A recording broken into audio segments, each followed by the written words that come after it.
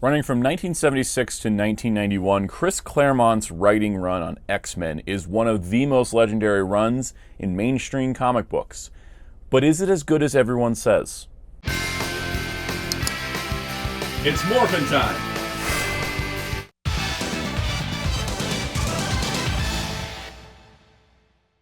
Hello, this is Soundout here, and welcome to my video about Chris Claremont's X-Men run. I just completed reading the entire thing from beginning to end sequentially for the first time, and I have a lot of thoughts. And yes, I did pose a controversial question, but it's a good question to ask. Should we reevaluate this legendary run and see if it still holds up? I think absolutely that is the case. Short answer, is it the greatest X-Men run of all time? Undeniably. But how much of it is really great? Now, of course, it's going to be my personal opinion. Opinions may vary, and I want to hear from everybody on their thoughts about certain things. This is definitely going to be an interesting video. And the way I'm going to break this down is, since I collected the Epic collections, that's the primary way I read this, I'm going to go break it down kind of volume by volume, so that way we have kind of like a little bit of an arc to talk about. But I will answer the question at the end if I think this is as good as everyone said it was. Because I had read a lot of this, chunks and pieces here and there, never read it all the way through, and I think that's a kind of a really cool experience. I also do want to shout out the Epic Marvel Podcast YouTube channel, who ran a community-led daily reading of the Claremont run, and that was really, really fun, and so just enjoyed that and wanted to mention that here. All right, so let's discuss this. We're gonna go into this. We're gonna start from the beginning, go all the way up to the end of the Claremont run, and not really discuss anything that's not Claremont in this video, because that kind of goes outside of the topic. But if you enjoy this idea, hit the like button, hit subscribe and the notification bell. Be sure to leave any comments. Let me know your thoughts on anything here. And if I say something crazy, let me know if you think it's nuts. But be respectful, be nice, have a good time. Hit the hype button if it's available to you. Let's begin. We need to go all the way back to the beginning of this era with giant-size X-Men. So let's start by talking about where the Claremont era began, because this is Volume 5 of X-Men history, which was 1975-1978. And while Claremont wasn't necessarily the lead creative on this giant-size X-Men, and he wasn't because, literally his name doesn't appear here, it was Len Wein and Dave Cockrum. This is where Claremont's run spins out of. This is the debut. So while this isn't a Claremont issue, it is the beginning of his run, because all of his run starts here. This is 1975. The X-Men comic had been nearing cancellation multiple times at this point. The book had become a reprint title, and Marvel's last-ditch effort to save it was to completely change up the lineup. And in a single issue, we saw the debuts of Nightcrawler, Storm, Colossus, Sunfire, and then Thunderbird. And then Wolverine was added after his appearance in Incredible Hulk. And this first issue of this era, the giant-size X-Men #1, is one of my favorite comics of all time. It is a great way to introduce a brand new cast of characters, set up a brand new team of X-Men, and establish a new status quo while also honoring the past legacy, because Cyclops is still here on the team, and they have to go save the original X-Men team from peril. It's great. It's iconic. It's something I checked out early in my X-Men reading because I love Storm, I love Nightcrawler, I love Wolverine. Those are my top 3 X-Men there. And so, yeah, of course, that was something I read early. So Claremont's run really does begin with issue 94, where he's still being, Len Wein is doing plotting and stuff. But the thing about this team is it gets an immediate shakeup. As the original X-Men are leaving, and even new members like Sunfire are like, I'm not really into this. And they start to go on their first mission, and their first mission has disastrous consequences. And so I think this is actually like a really cool, dramatic way to kick off the run, because you're getting the detail of how the rest of the run is going to be kind of running. There's going to be interpersonal conflict. Every character has their own backstory and storyline. And so, it's not just the same as the superhero team where everybody works together, everything's fine. No, there's going to be conflict, there's going to be drama, and there's some big stakes to everything going on. I'm not going to be going into deep spoilers in these because I do want people to read comics instead of me just reciting a recap, but I want to talk about what I love about this. And so immediately after we get this huge arc, the big debut arc, then we get this next issue, and it's like, oh yeah, they're in New York City enjoying Christmas, having a good time, and then the Sentinels come back. And that is basically, you ever think about X-Men stories, and you think about it through cartoons and through movies and everything, it's like, oh yeah, the X-Men, they're just trying to live their lives, and then someone has to come and kill them, which is just kind of how it goes. But what I like about this is that you always get character beats through action. That's kind of the defining trait of the Claremont run. And I gotta think that this had a lot of impact and influence onto later comics, not just X-Men, but other comics in general. Just the way that, the way that superhero teams work, and kind of the popularity of the X-Men kind of put us into this, it's okay for there to be drama within the teams. This is something like the Fantastic Four were doing since the beginning as well. It's one of the highlights of what Marvel had going on. But this is really taking it further. So I think I went past it already, but we have already gotten to the Phoenix. So the Phoenix has already, here we go.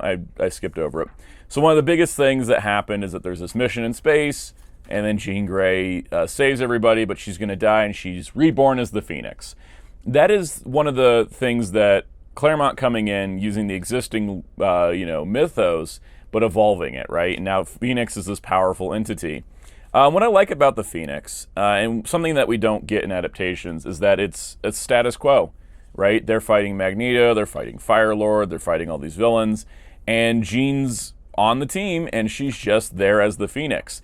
There's no sense of that, a lot of adaptations go for the immediate, she's out of control, she has too much power, she's losing her mind. No, Jean's like, oh, this power's kind of fun, I'm enjoying myself here, this is actually kind of a great thing. And so there's a lot of that. There's some cool backup team-up stuff in this. We get the establishment of Claremont's classic game for the X-Men being baseball, which would be updated to basketball in the 90s.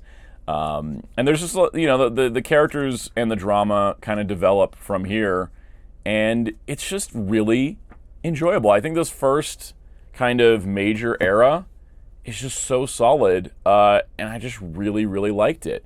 And I think that's the thing, is that, a lot of the Claremont run, the reason why it ran as long as it did is because, it starts off incredibly strong. All right, so the next volume, Proteus, is kind of continuing along. There isn't these huge major arc breaks in the beginning, but as the series kind of develops, I hear this is an Incredible Hulk story that was added because it has Angel, and I think Iceman also shows up later. But the thing with the X-Men and the Claremont run is that even though it was a sort of relaunch of the X-Men team, it still brings back characters like Beast, Angel, Iceman. The others that left do come back into play. Polaris, Havoc, old villains come back, old foes return. So while the Claremont era is a complete relaunch of X-Men, it doesn't forget the history of all the years that came prior. And I think that's really great. One of the things, is a big highlight of comics at this time is also the character of Storm and the depth she's given, as, her history and her character and everything is just really well developed. There's a lot of characters, like Wolverine's a supporting character for a lot of this. They don't, have any backstory for him. They don't even know his name is Logan yet. One of the things Claremont loves doing, which I think is kind of smart for storylines, is splitting up the team. At this point, everybody thinks that X-Men team's dead, and so only Beast, Jean, and Charles are left. That's kind of an interesting storyline, and it takes a while for things to come back. And I think that's one of the things that sets this run apart from other comic runs of its time and from later, is that because it ran so long, there was a lot of stuff that could be set up really early and then paid off later. For example, almost every adaptation of the Phoenix story jumps from Phoenix to Dark Phoenix, right? If you all notice, there's no Dark Phoenix yet. We started Phoenix in the middle of the previous volume, and this entire volume, Jean is still the Phoenix. And I think it's really interesting to see Jean's character evolve over time. Side note, this Nightcrawler and Spider-Man team up is great. You see Jean's character evolve with this power she now has, and it's a gradual process. It's not an immediate process to get to the Dark Phoenix, but it's over time instead of being kind of immediate. But yeah, I like the stories when they do sort of slow down, but they don't ever really slow down. There's a momentum and there's a pace to this that is unlike a lot of books of its era. So, of course, we reach this volume. The Fate of the Phoenix is one of the most insane epic collections that Marvel has ever published because it starts off with the Dark Phoenix saga, which itself is quite long. There was a reason why, like, X-Men Animated Series did a multi-parter to cover the Dark Phoenix saga. And there's a lot of character introductions. We get Kitty Pryde in here. We get Emma Frost's debut. We get Dazzler, who has been around, but she's in the X-Men comics for the first time and will become a team member later. There's a lot of great, huge character moments starting in this Dark Phoenix era. But the thing that is missing from adaptations is that adaptations, outside of X-Men the Animated Series, adaptations with the Dark Phoenix try to streamline it like the Phoenix power is the problem. But the thing that actually turns Jean into Dark Phoenix is actually the manipulation of Mastermind from the inner circle of the Hellfire Club.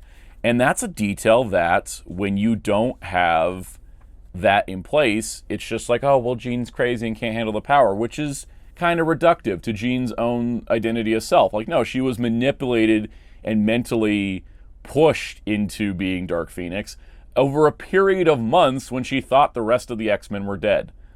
That's what I think is kind of amazing going back and reading this in sequence, because you can just read what's the Phoenix Saga and then jump to the Dark Phoenix Saga, and you'd be like, oh yeah, okay, so she was mind-controlled a little bit. Like, no, she was manipulated for months at a time without her own knowledge. That is kind of dark, but also an important detail in the Jean Grey arc. Wanted to shout out issue 133, because Wolverine's alone, and he's trying to get through the Hellfire Club, and it's kind of like our first real major solo Wolverine adventure, and he's just the coolest guy. There was somebody that talked about, like, Wolverine as a character. The more X-Men you read, the more you realize that Wolverine is just that damn cool, and there's a reason he's used so much. Like, you always go through, like, wow, Wolverine's cool, and then you read stuff, and it's like, oh, he's so overused, and everybody else is cool, and he's like, and then eventually you get to a point where you're like, yeah, he's still really that cool. He is that guy.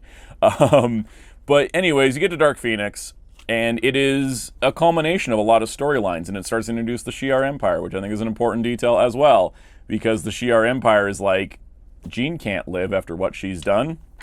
What she did, you'll have to read for yourself. But it's a very dramatic issue with a lot of character beats. Of course, I'm going to say this because in adaptations, Jean dies at the end of the Dark Phoenix saga. That was not Claremont's intention. I think it was an editorial that decided that, yeah, Jean has to die after all that happened with the Dark Phoenix. And so then that sort of changes the direction of some of the storylines, which I think is interesting. Also, this cover to 138 makes me laugh out loud because Scott is having the worst day of his life, and they're just advertising about a Toys R Us shopping spree. Like, read the room, guys. He advertised the Toys R Us shopping spree on a fun issue, not the Jean Grey funeral issue. Anyways, after you have the departure of Jean, right, from the stories, and then eventually you have, I actually really like Nightcrawler's Inferno as from Annual 4. But, once you have the departure of Jean and Scott, because that's basically what happens, the dynamic shifts. The characters start focusing on, what is entirely our new X-Men. The X-Men that debuted in Giant Size, by the Wolverines in the brown now. I love that suit. Now you got the Wolverine, you got the X-Men from that, the new X-Men from Giant Size. Then you have Kitty Pryde joining the team as the new recruit. And then we get Days of Future Past. Like, we're not that far out from Dark Phoenix, and we have arguably the most important X-Men story. I think, Phoenix stuff is very important, but Days of Future Past is where the X-Men get all their time travel stories from. Like, all the other time travel stories are based on this one. It's a doomed future, and we have to send someone back to prevent the doomed future from happening. Like, isn't that just what we get with Cable, with Bishop, with a number of future timelines? Days of Future Past itself has so many sequels, and there's characters from that time that come back and play in the present day. Yeah, it's good stuff. That being said, I do like the development of Kitty Pryde as a character from here, because she is like, she's the new one. Phoenix Untold Story is kind of like a here's all about how how Claremont didn't want to kill Jean, but editorial and everybody was like, we kind of have to. So there's like some additional stories there. I do like how the Epic collections have bonus material. That's like one of the positives to them. But yeah, from here, we're going into new territory with the new X-Men team. All right, so after this point, I Magneto doesn't seem as iconic of a story compared to Dark Phoenix, compared to Days of Future Past. But you can see that we're starting to shift in storytelling, because we start to see, there's a lot of discussion of Scott and Jean still. I mean, it's going to hold over the team. It's a major event. We have the first meeting of Doctor Doom with these new X-Men, which includes Doctor Doom's fascination with Storm and how he respects her over everybody else, which I find very amusing, but I also get. And then we start to see that Scott goes on his little side journey, and they still keep him in the book, which I think is great. He's off on his own, and he's trying to find his life without Jean at this point, and I think that's a really cool storyline. And then we have one of the things that happens so often: mind control or body swapping. It's like Claremont's favorite trope. So many characters get mind controlled throughout this run, which I find amusing. But it's just one of those things. I also find it crazy how there's like a meme that floats around the X-Men fandom and stuff. It's like, everybody's having like their nice A plot, and Wolverine's got the crazy the crazy B plot.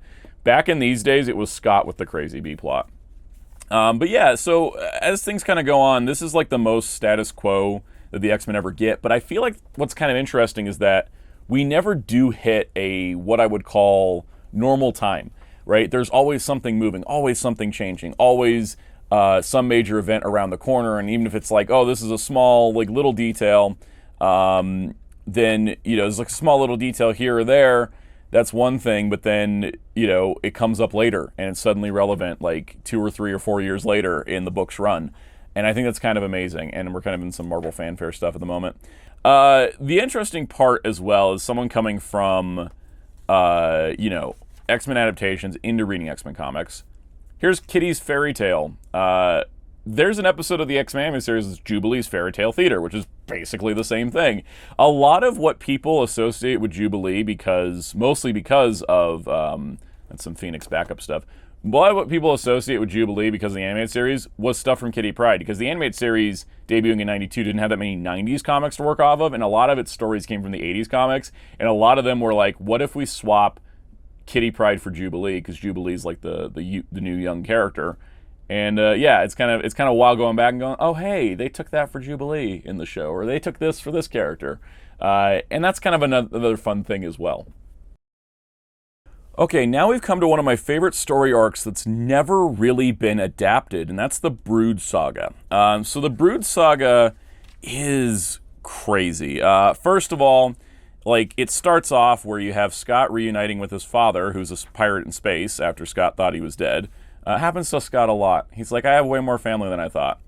And they end up in space, and what ends up happening is they encounter these monstrous creatures called the Brood. And the Brood are an alien species that infect others in order to further their... Okay, basically it's Alien. It's the Xenomorphs from Alien. That's the short version of the Brood. But it's a whole space arc. It's a whole big space arc. This is 1982. So, we're a few years into the run, but we're like doing a huge space arc, not just the small space arcs like Dark Phoenix. And so the Brood Saga kind of starts, and then it pauses, and then we do some other stuff. Here we have the introduction of Rogue into the X-Men books, I think. Is that Rogue? Yeah, that's Rogue. Rogue starts as a villain, right? So Rogue being raised by Mystique means she starts as a villain before eventually joining the X-Men. But she kind of debuts pretty early, earlier than I thought she would. But the thing I like about the Brood Saga is that it's not only just like X-Men in space fighting alien creatures that can shapeshift into others and take over their bodies and stuff. Well, they don't shapeshift into others. They take over bodies. That's basically the thing. It's like you get infected by the Brood, you get turned into one. But it's a very good dramatic plot line of like, oh, how are we going to solve this problem? Because like Wolverine can hold off the Brood infection. But what about the others, right? So it's very, very cool, big sci-fi, And to date, time of recording, hasn't been adapted. I'm hoping it happens at some point. I know that a big reason is because the movies never wanted to do anything like this, and the animated shows probably can't do infectious alien stories, kind of violent for kids' TV. Also, Carol Danvers ends up joining up with the X-Men as her new form of binary. This is, again, kind of started leading us down the path where Rogue gets her superpowers from Carol Danvers, and this is where Carol's powers now evolve into binary, where she's got big old fire blasts and all kinds of cool stuff. But this is a very dramatic storyline. It's a lot of drama. And one of the things that comes up in this is the thing I don't like about this run. I'm not probably alone in this, but Kitty Pryde and Colossus end up in a relationship because they both think they're going to die, so they kiss. Now, why is this a problem? Well, because, as the book will repeat to us many a time, Kitty is 14, Colossus is 18. So that is not a good age gap. One of the reasons why it's a problem is because, like, early on, it's like, well, Kitty's kind of crushing on Colossus because he's big, he's muscular, he's handsome. She's a teenage girl. She's infatuated with this adult man. The thing is, they just continue to double down on he's 18 and she's 14. They shouldn't be doing this while they keep going down this. One of the easiest ways that they could have worked this out. Also, by the way, Colossus never gets a talking to. Like, you probably shouldn't date the teenage girl. It's not like a character beat. It's just a weird thing they do. And I know times were different, but, like, I think the simplest solution would have been that Colossus lied about his age and he's actually like 16. Because he always goes and thinks, like, oh, I'm from Mother Russia and we're built different there. That's fine. Just say he's 16. His artwork changes all the time. He looks younger and older all the time. If he was 16 and she was 14, it wouldn't be weird. But they decided to make it weird. And then they just kept kind of going with it for a long time. And I don't like it. And it kind of makes Colossus look like a creep. Because he knows better. He even says he knows better and then still keeps doing it anyways. It's a problem. It's probably one of my biggest complaints of the entire run. Because I think, again, this could have been cute teenage romance if he wasn't an adult. And also hadn't been an adult for a while. And I think they make a point of birthdays happening, so it makes it kind of worse. But they do, of course they survived the Brood attacks, but I gotta say, the Brood saga, Kitty and Colossus aside, fantastic storyline. Really is. It puts the X-Men through the ringer, but it also gets to, the characters affirming in themselves who they are and how they do things. And I think that's really great. So yeah, Brood saga. Someone adapt this, please. God Loves, Man Kills. One of the greatest titles, I think, ever written. And it's also one of the greatest comic books ever written, right here. It starts off with this. This was a graphic novel by Chris Claremont and Brent Eric Anderson, which is all about mutants and their persecution by humans.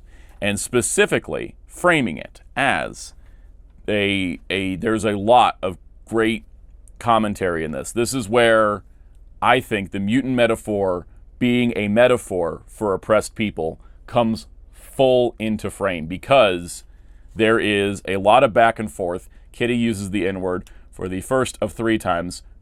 Girl, you're too white to be saying that. But the point of it is that the words that people are using against mutants correlating to the words used against real people in real life. Does that make it feel a little tone deaf? At times, yes, absolutely. This is not an easy, clean thing. This was still the 1980s. But the comic story itself is essentially, it's about the X-Men, but what it's about is that there's a TV evangelical named William Stryker. Yes, he wasn't the guy behind Wolverine's Weapon X program. That was a movie thing. But William Stryker, the TV evangelical, decides that mutants are spawns of the devil and they are corrupting your families and children. And that is the premise behind this comic, which really analyzes how oppressed people and people who are different are persecuted against constantly throughout history. And in this sense, it puts into full focus on how there's a man who screams about it on TV. And part of the story is Magneto. And Magneto is put as the example of like, look at how much damage he's done. It puts it into the forefront and begins Magneto's arc from being a villain into more of a heroic figure. And then that brings us to one of the most iconic X-Men panels of all time, in my opinion, right here. Kurt Wagner is a wonderful person. Wonderful character. Great soul. He looks a little different. He's not the standard, typical, what the world calls the standard look of a person. And William Stryker doesn't even consider him human. Even though Kurt Wagner is 1,000,000 times percent the better person than William Stryker. And that is just so, it's so impactful, but it's also so incredibly relevant for all time. Despite this coming out in 1982, this still is relevant in the world. And I think it's sad that it's still relevant in the world. And it just shows how much this specific comic tapped into what was going on at the time, but also what we're still dealing with. There are still people like William Stryker in our world in 2026. And that is a sad thing, because people like him should no longer be something we have to deal with. And yet, this panel lives on being evergreen. But hopefully one day it isn't. Hopefully one day people like him no longer exist in this world. All right, what happens right after? Well, Kitty's getting told to not be on the X-Men. I don't know how to pivot from that, because that is kind of how this book goes. You finish up with God Loves Man Kills, and it's like, yeah, here's the iconic Professor Xavier's a jerk page. So, yeah, basically, Professor X is like, no, you need to go hang out with the New Mutants, because the New Mutants started at this time, which I'm not covering, because otherwise we'd be here for 4 hours, and I haven't read all of New Mutants. I've read all of X-Men. But he's like, well, we have this whole team of young mutants. You need to go join them, Kitty. Yeah, I mean, I kind of get it, but, like, Kitty's got a point. She's like, hey, I'm part of the X-Men. You put me here. Why are you sending me down to the B team? All right, you know what? I'm on Kitty's side there. Also, Scott, on his little side mission, meets a woman named Madeline Pryor, who happens to look exactly like Jean Grey. That begins the story of Madeline Pryor. Yeah, so we got to get a move on, because otherwise I'm going to talk for a long time about this video. But the character stories are amazing. The story of Angel and the Morlocks is kind of starting to begin bringing Angel back into being a regular appearing guest character. The Morlocks themselves are an interesting concept, which is mutants that feel left behind by other mutants. They're like, we're too disfigured, we're too weird, we're going to live in the sewers.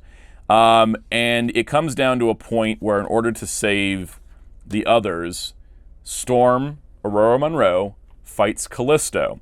And Callisto's like, you're too nice, you can't handle this. And then Storm's like, no, I got raised on the streets of Cairo, thank you very much. And yes, Storm is one of the most capable fighters in all of Marvel history. She don't need her powers to be making moves. Now, while Callisto survives, Storm does become the leader of the Morlocks because she bested Callisto in combat. And that's important for Storm's arc going forward, because she starts to have a bit of an identity crisis. She feels like she's going down a darker path. Here is the Wolverine miniseries. Starts going down a darker path and starts to make a shift in her character. But here is a big deal for Storm. Storm has debuted in this new black leather look with the mohawk, a look that's been used quite a bit in video games and toys and stuff. And it is a big character shift for Aurora, because she is starting to feel a little edgier, a little darker. She's done some things she honestly didn't want to do. And so the other characters are like, oh, wow, something's happening to her. It's a very interesting shift, but it happens in this part of the story. And that pretty much kind of wraps up the big major events of the God Loves Man Kills arc. All right, so here we have a big storyline next with Life Death. So this volume has a lot of interesting stuff to it. And that's the thing I think that's interesting, is you have all these major events going on, and you have all these smaller events in the middle, but there's a lot of character development going on here. And I think that's kind of the thing that I like about the run, is the character-first approach. There was a weapon created to fight the aliens known as the Dire Race, which was based on weapons from the Space Knight ROM. And that weapon is then forged by the government to use against mutants.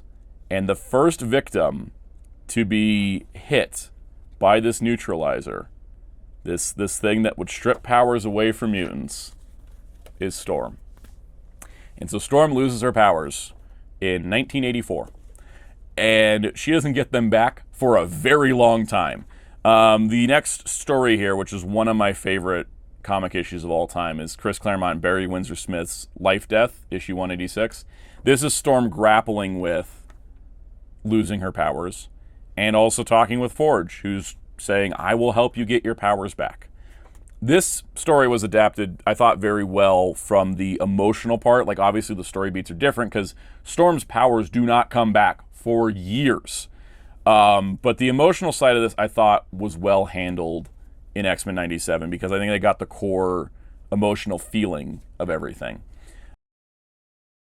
So going from here, I want to just kind of talk about, because there's a lot. There's so much. As you can tell from how much I have been talking about this, there is so much storytelling, so many iconic stories, so much development of characters, that it's really hard to just kind of even recap it in a single video. But to give my thoughts on it, it's just firing on all cylinders at this point. When you've gotten to this point, I think it started strong, it's just going, and they've developed the characters, and Claremont as a writer has done a great job bringing all these elements together and making it that even if you've never read every single story of his or every story that came prior or the other stories of other characters that tie in, it all feels like you can follow it. At no point am I like, man, I wish I read this other comic. Like, it all feels nice and, story flow together as it is. This volume, The Gift, I feel is just kind of more of the same, in not a bad thing. But it is, before we get to Life, Death, too, it's not more of the same as a bad thing because the same is really damn good. You're getting the X-Men developing as characters. They're going from story to story. The teams are split up. There's subplots going on. Things are threading for years. It's all fantastic. All right, Wounded Wolf is a volume with a very important storyline, which is this with the trial of Magneto. Claremont made the right choice that Magneto as a character shouldn't be a villain because of what Magneto stands for and what Magneto, as a character has done. So Magneto is kind of what we're talking about. Magneto hasn't really been a villain in the Claremont run. He has been sort of more developed. And there are moments like Magneto saw that Kitty was almost killed and he was like, what am I doing? I shouldn't be the villain. I should be helping mutants. So that's kind of where he's at the time. All right, so Trial of Magneto. This is what I was talking about with Magneto not being a villain anymore. This is Claremont staking the claim. They do a recap of Magneto's history. He's been taken into custody, and Magneto's put on trial for all of his crimes. But there's a discussion about how Magneto was regressed to a baby at one point and then aged back up. Does that mean he's still on trial for those crimes? Very interesting thought indeed. And so ultimately Magneto is found to be not guilty because he is kind of a different person now. He's had a chance to reform. And also he starts to fight for mutants, but not against the humans, but against those who are doing wrong. And this is a very, very big storyline that ultimately also leaves Charles injured and having to go off to space with Lilandra of the Shi'ar Empire. And ultimately, Magneto promises, I'm going to take care of your X-Men, I'm going to take care of your school, and I'll take care of the New Mutants. I'm going to take your place on this team while you go to be recovered. And it's a big change for Magneto. And a bunch of this does happen in New Mutants, but you do see Magneto as part of the X-Men, and he's becoming more of a heroic character, and he's really trying his best. And I think that's terrific, because I think Magneto as a villain is not as compelling as Magneto as the guy who's trying to do better. And I think that this storyline has done a great job with that. Also, 205, one of my favorite issues, it involves Wolverine. Also, it's Barry Windsor Smith again. And this is a fantastic story. Wolverine's in a berserker rage. There's a girl from Power Pack. I think it's Julie. I don't know Power Pack that well. But Logan is trying to get himself under control, and he's lost, and he's being attacked and assaulted by Lady Deathstrike. And this girl helps him. And what it shows is that beneath all the berserker rage and all the anger and pain, Logan is a gentle soul underneath all that.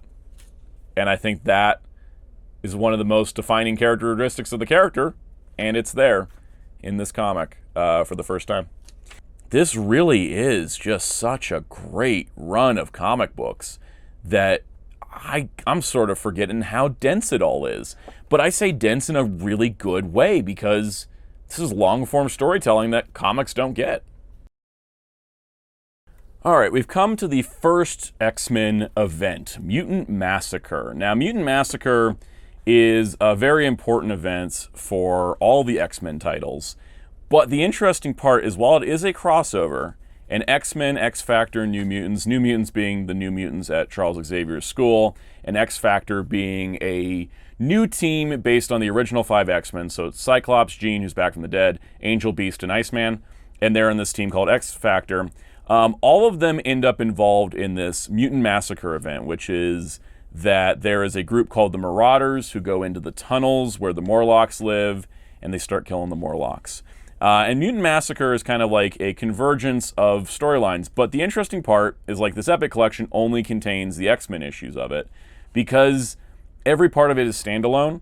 The X-Men issues are separate from the X-Factor issues, which are separate from the New Mutants issues. And I think it's kind of interesting how that was kind of the way that the first couple of events went, which we'll talk about with Fall of the Mutants next, is that the events were separate from each other. And I kind of prefer that to the big old, like, part 1's in this book, part 2's in this book, part 3's in this book, because it makes for a cleaner reading experience. After that, there was some fallout, of course, from Mutant Massacre. A couple of the X-Men are off the table. And I thought this was really interesting. It was a way to kind of shake up the lineup after that. And then what's interesting, too, is that this Epic Collection, in particular, it's funny because they call it's X-Men versus everyone, because it really is. Because outside of the main X-Men issues, which continue the storylines that were started, you start getting all these crossovers, because X-Men's so popular, they got to cross over everybody. So you got Spider-Man versus Wolverine, a comic that I actually have also in a Spider-Man epic, which is a very important storyline for Spider-Man, but it's very Wolverine-centric as it's focusing on Wolverine's past, and has one of the darkest endings in a Spider-Man comic I've ever read.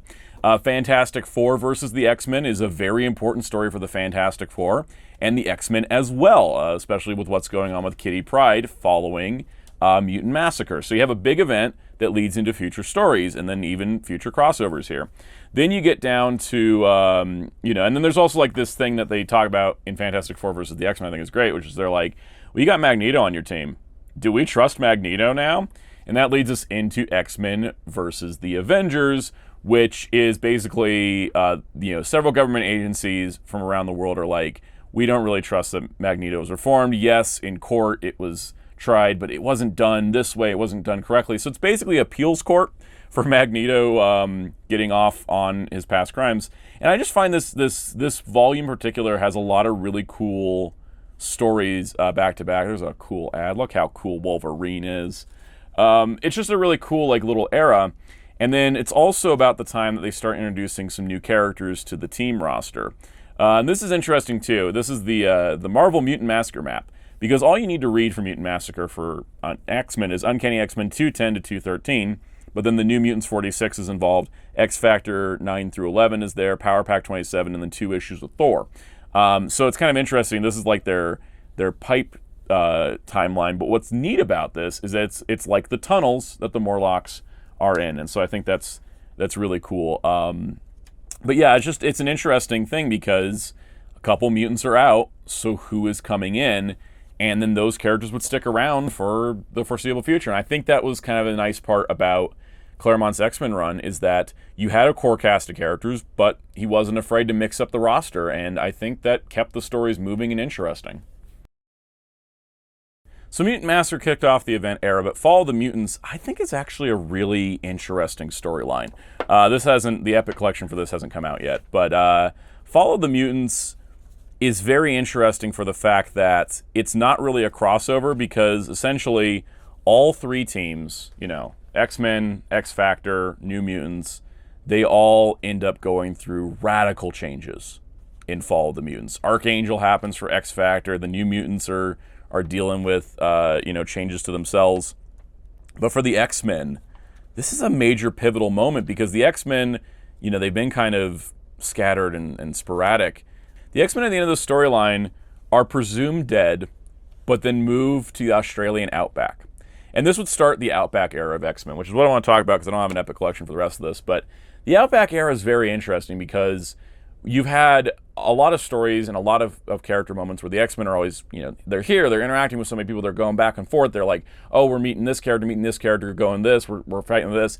But in the Outback, once they defeat the Reavers and establish their base in Australia, they're kind of at peace. They don't really have to go anywhere if they don't want to, but they kind of don't like being so isolated at the same time. And so you get a lot of interesting storylines from there, which I think kind of is an interesting way to watch things develop and watch how the characters react in a part where they decide to isolate themselves. They have to isolate themselves because of the events of Fall of the Mutants. And because of that, they start to readjust how they think of themselves and also where mutants stand in the world. Unfortunately, I do feel like the Outback era, as good as it is, does get kind of hampered by the crossovers. So we got Inferno, and Inferno, I think Inferno is a little frustrating for a couple reasons. One, this is out there, it's in X-Men 97. Madeline Pryor is revealed to not just be a normal woman that happens to look like Jean. She is a clone of Jean Grey, created by Mr. Sinister, and she loses control of her powers and creates a giant Inferno in New York City, where a bunch of goblins start showing up, and she's called the Goblin Queen now. Yep. That kind of felt like a weird swerve. By the way, Jean's back. That's an X-Factor thing. But basically, yeah, she's back. And so when you have this storyline where the X-Men have been in the Outback, they've been away from things, nobody knows they're alive, but of course, the crossover, everybody has to know, oh, right, hey, our friends are okay. They're not dead like we thought. And so you get a lot of that, in addition to the big crazy, we got a bunch of demons running around New York storyline, we got to stop that. And so the thing I find interesting about Inferno is I do like kind of that interaction of characters, but it's also such a big, huge event that I feel like a lot of the character moments are almost brushed aside because there's big events happening. And so I think that, kind of the reunion between X-Factor and X-Men should have been a little bit better, and maybe on its own even before Inferno, because it does get kind of lost. And for someone who's been enjoying the character stuff the most out of this storyline, or out of this run, it's kind of a bummer that we just kind of like the character moments get lost in Inferno. Now, Inferno is an iconic storyline, and I don't discredit its overall storytelling, but I gotta tell you, it's probably not as good for me in context. Like, I read Inferno years ago. It's one of the iconic storylines, so I read it, and I was like, oh, this is pretty great. This is like good drama. But then actually seeing Madeline as a character and then seeing the X-Men and where they were at that time, it kind of makes me go, oh man, I don't want Inferno to happen. And I ultimately didn't, because I feel like, whatever direction they were going with Madeline's character, I thought was more interesting, that she was just a normal person. And then it's like, oh, she's a clone of Jean Grey, and it's like, oh, okay. That doesn't work for me. And I don't know if that was a Claremont decision or an editorial decision, but I have a weird feeling it's editorial. Inferno doesn't hit the same in context as it did out of context. And I don't know if that's controversial, because it's a big popular story, and it is still a good story. I just don't like it as much as when I read it without the context. Okay, so I've been singing the praises of this run, but I gotta tell you, after Inferno, kind of falls off, in my opinion. There's some stuff I like after Inferno, but pretty much after Inferno, even though the X-Men return to the Australian Outback, it just gets weird. The basic thing is, after the X-Men return to the Outback, after Inferno, the Reavers come back, and they just decimate the X-Men. This is a robot of Wolverine, but we just start losing characters one at a time. Nanny and Orphan Maker also attack. They're from X-Factor. Storm gets quote-unquote killed, but she's actually turned into a child. Longshot's taken out. Rogue's gone. She just vanishes into a portal.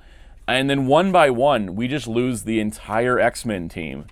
And then they're just gone. And, stuff happens to them.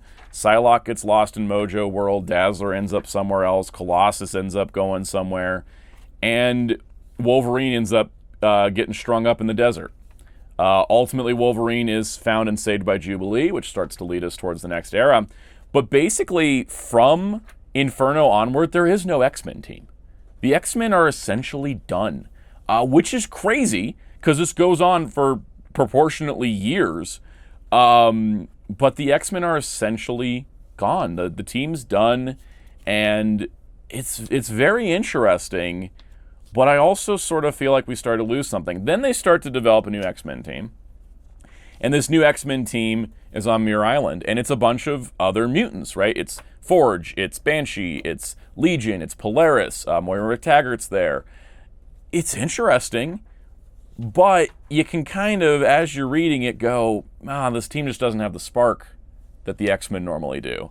And so while I like those characters in their own roles, that just doesn't work for me in the context that it's here.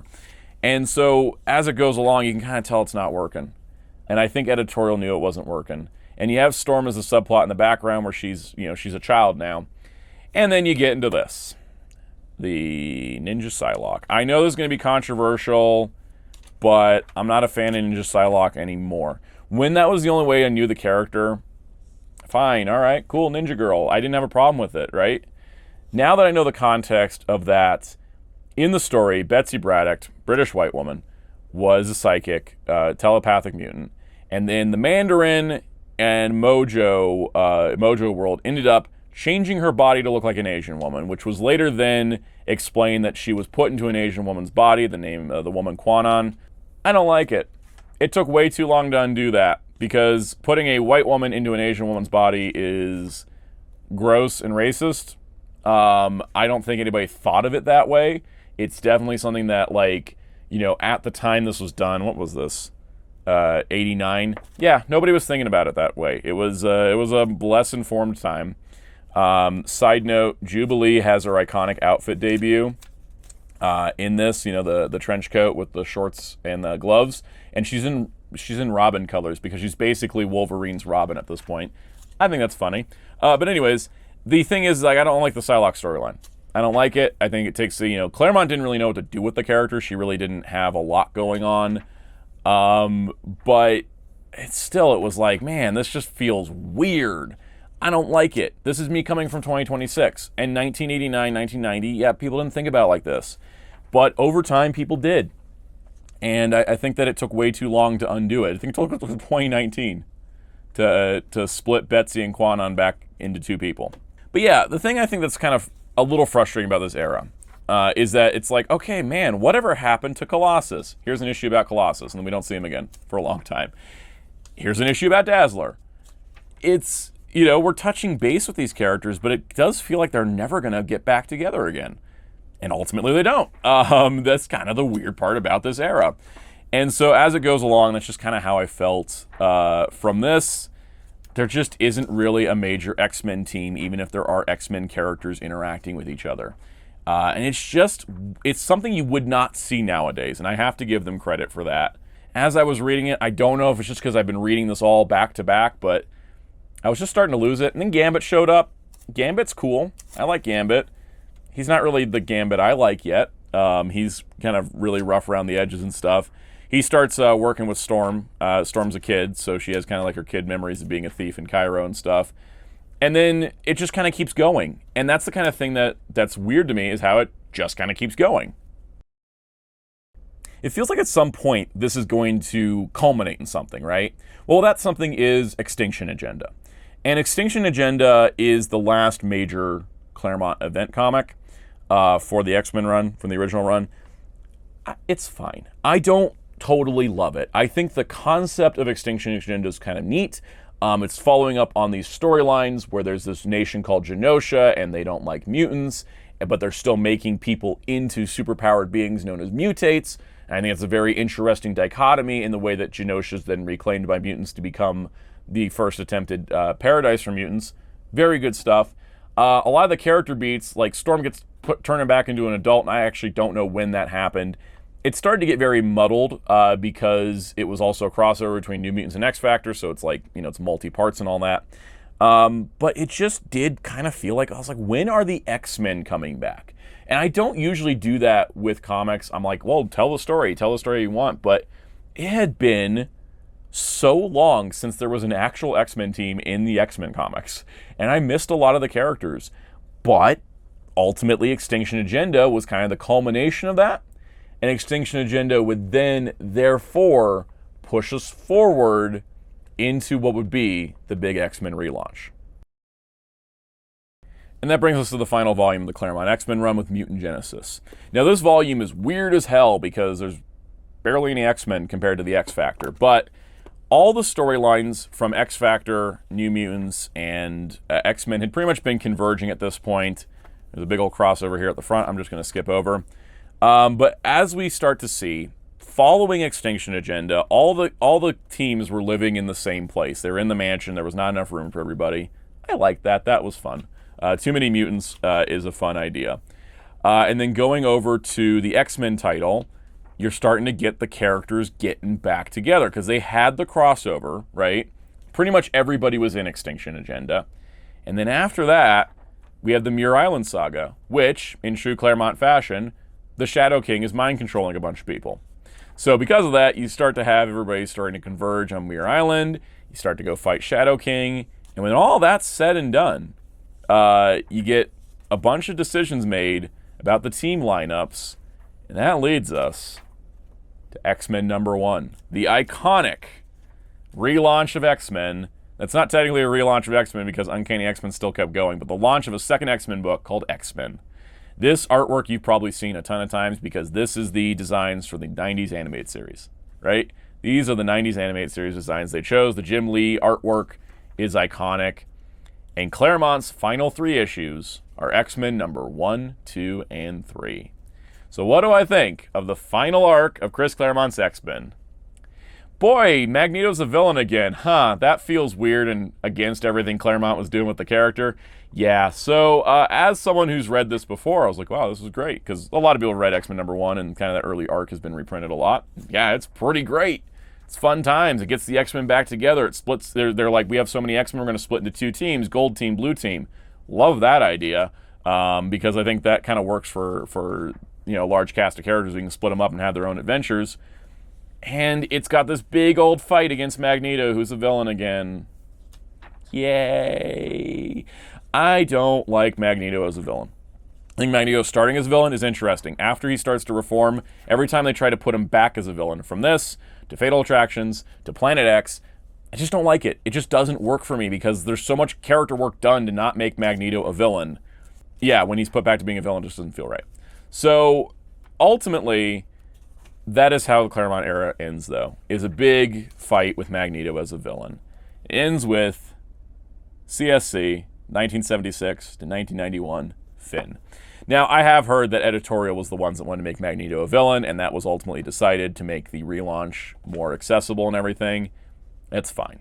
But I do feel like it's a little bit of a bummer that Claremont's final arc in his original X-Men run, because he's come back and done stuff since, was about Magneto being a villain. When it clearly, to me at least, in the writing, that's not what Claremont really wanted to do with the character. To answer the question, is the Claremont era the greatest era of X-Men? Yes. Is it that good? Yes. It has problems. No 17-year run on comics would not have problems. I think, my biggest issues, Kid in Colossus Romance was gross. Psylocke, Ninja Body, gross. And, maybe having Kitty use the N-word was well-intentioned, but doesn't really work. And then it sort of, after Inferno, I did feel like it just started to wander a little bit. But the thing is, I can't tell you any other time of X-Men that, obviously there's no other run this long. It'll never happen again. It just doesn't happen. But also, all the iconic storylines, all the storylines that always get adapted, all the storylines that everybody references, there's a few past Claremont. A few. But if you, like, I mean, there's an epic collection that's Dark Phoenix and Days of Future Past in it. Like, that's 3 different movies. Thing is, I don't think there is a greater run of X-Men than Claremont. That's not to say that there aren't amazing runs. I love Grant Morrison's run. I love a lot of stuff from Krakoa. There's so many good X-Men runs. There's so many great X-Men runs. But how can you compare to the 17 years that Claremont wrote X-Men? Was he on it too long? Maybe. Was it not long enough? No, it definitely was too long. I think by the end you can kind of tell he was sort of trying to figure out, let's have a team like, you know, the Muir Island team was so much just I want to write different characters. It was a little long, but that is not to say that it was bad. It was great. Reading it all in order made me appreciate it more. Made me like Inferno less. Interesting how things work out like that. But I do think it is the greatest X-Men run. I'm not saying anything controversial here. A lot of people say this. I agree. I think it is the greatest X-Men run that's ever existed. And there's a reason why this is the era that gets farmed for material. God, saying farmed for material makes it sound weird and dark, but like it's true. Like most of the X-Men animated series is from this era, not after. So I just wanted to make this to talk about it. And I probably need to trim it down because I imagine this video is way too long. But I gotta say, one of the biggest mistakes that Marvel makes is not having any books that are consistently available. DC keeps several books always available. Like there's certain comics for DC you can always buy. You know, your Kingdom Comes, your Dark Knight Returns, Grant Morrison Batman. You can't consistently buy Claremont X-Men in either Omnibus or Epic. And that's a shame because I think more people would read it. I mean, you read it on Marvel Unlimited, but it is nice to read it in print. And I don't know if someone from Marvel's watching. Compendium. Look at what DC does with compendiums. Do that for Claremont X-Men. In fact, you could include, like the Green Lantern compendiums DC does, you'd include New Mutants, you'd include X-Factor. This is an era that should be essential reading for X-Men fans. And Marvel's made it hard to do that in print, and I hope they fix that because it really is the greatest era of X-Men, and I can't argue that. It's just that damn good. So I hope you enjoyed that video. I haven't done anything like this before on the channel. If you liked it, let me know. I could do this again. It'd be fun. I like talking about comics in addition to collecting them. I actually read them, so I want to talk about what I've read. Also, if you want to continue the conversation, join our Discord server in the link below. You can also join as a channel member and get perks like early access to videos. Let's give some special shout-outs to our channel members. Special shout out to all of our channel members, including these Captain Tier members: Spin-54, Forever1000, Master Ben 95, Super Shaddix Boom, Veloquence, Mr. Smelly Potato, Alt Mode Archive, Alice James. Thank you all for your support of this channel, viewers and channel members alike. If you so wish, I'm on social media on Blue Sky and Letterboxd at Soundout12. You can find my wonderful graphic designer on social media and Discord at DarkClaw643, and you can find Hero Club at hero-club.com for comic reviews and more. And until next time, this is Soundout saying, could you imagine if I read 17 years of X-Men comics and went, yeah, I don't really like the team?